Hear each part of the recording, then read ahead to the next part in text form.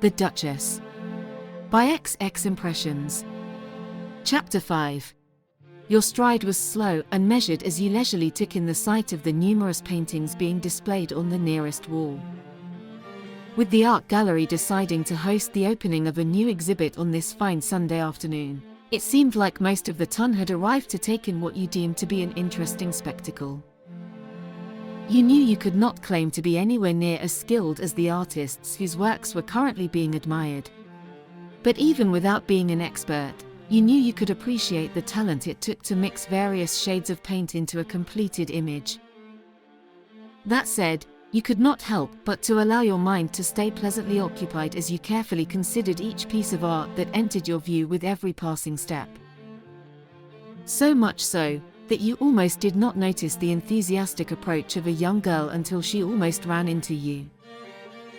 Catching the girl by the shoulders in order to avoid the oncoming collision, you lowered yourself to her level afterwards in order to examine if she was all right, only to be met with excited eyes and a bright smile instead. Duchess, it is so lovely to see you again. Do you remember me? Unable to stop yourself from returning the elated grin you were receiving, you happily exclaimed, Miss Hyacinth. Of course I do. Whatever are you doing here? Overjoyed at such a greeting, the young girl in front of you replied, I am here with my family. My mother insisted we attend today's opening. Hiding your amusement at the petulant eye roll the child gave toward the end of her sentence, you started to say, Well, if you truly came here with your mother, then I am sure she is currently wondering where you might be. But as if on cue, you both heard the girl's name being harshly repeated. Hyacinth. Snapping your heads in the direction of the voice, you each saw the hasty approach of a respectably dressed woman coming your way. While you returned to your full height, she sternly said upon her arrival, What have I told you about running off, young lady? Properly feeling chastised, you saw the way Hyacinth dropped her eyes to the floor in reprimand before remorsefully saying, My apologies, Mama. It is only that I saw my friend, the Duchess, and just had to say hello. Following the gesture her child made in your direction with her eyes, the woman in front of you locked her gaze with yours as she finally seemed to take notice of your presence.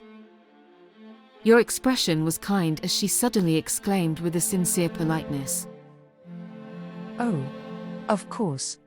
Do forgive me, Duchess. Recognizing how her behavior could have been seen as undignified, the person you now knew to be Lady Bridgerton followed this up by sheepishly saying through a nervous smile, I apologize for such a lack of composure, Your Grace. I was simply worried for my child, you see. Shaking your head to show there was no offense taken, you immediately said, Nonsense.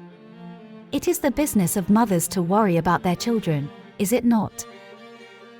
Relieved to receive such an understanding response, the woman's smile transformed into something that was a bit more earnestly meant as she warmly said in agreement, Indeed it is, Your Grace.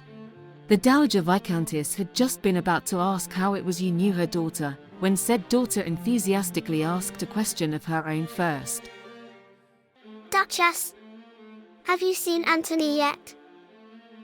Turning back to look at Hyacinth, you could not help saying with curiosity, Lord Bridgerton is here as well. Growing in surprise as Violet learned you seemed to know her youngest and her eldest, she hesitated for a brief second before attempting to give you an answer. Yes, Your Grace. The last time I saw him, he was happy to see you and my sister have reunited. Following the sound of the new voice with your eyes meant you got to watch as the lord in question joined your group with a pleasant smile on his face.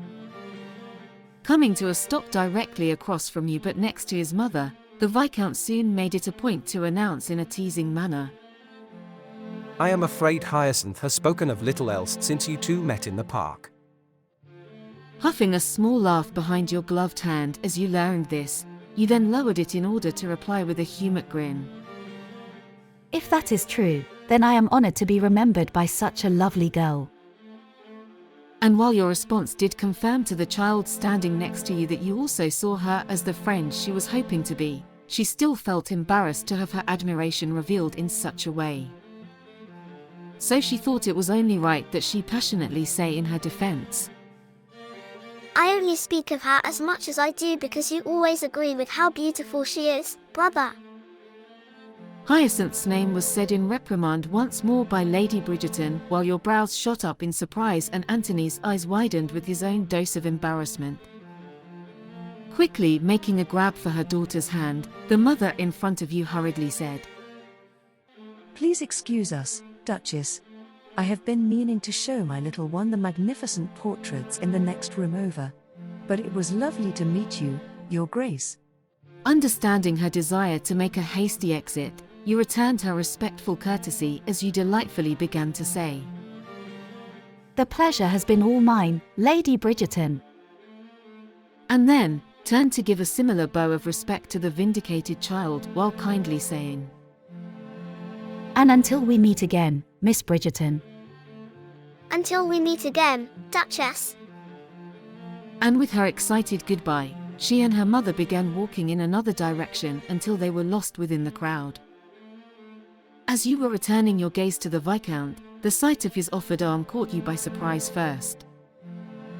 Looking up to catch his eyes, you heard the way Lord Bridgerton cleared his throat before saying with a touch of hesitance, Might I have the honor, Your Grace? If you were slow to take it, that was only because you had to give yourself the time to smile at such a gesture before placing your hand within the crook of his elbow. You may, my lord.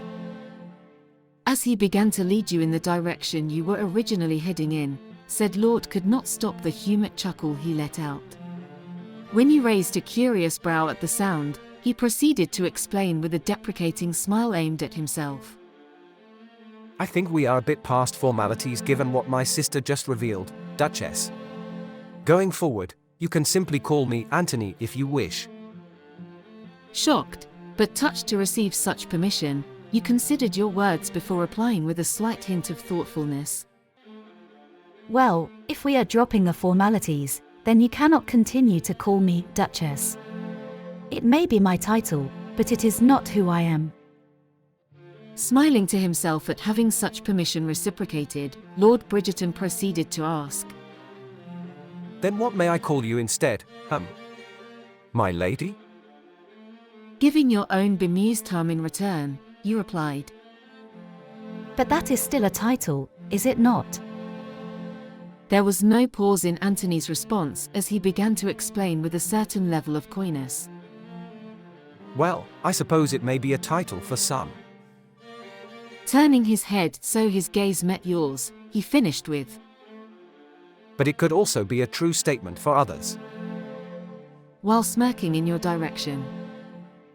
Needing to pause in your steps as the cheekiness of his words finished processing in your mind, you were helpless to stop your originally amused smile from growing into an untamable grin on your face. Not wanting to admit how giddy the implication of his words made you feel, you decided to meet his gaze directly as you pointedly said with humor, I suspect, Anthony, that I may not mind what you call me so long as it is not Duchess, At once, your pleasantly happy bubble was shattered as the reality that you two were still in public hit like a ton of bricks.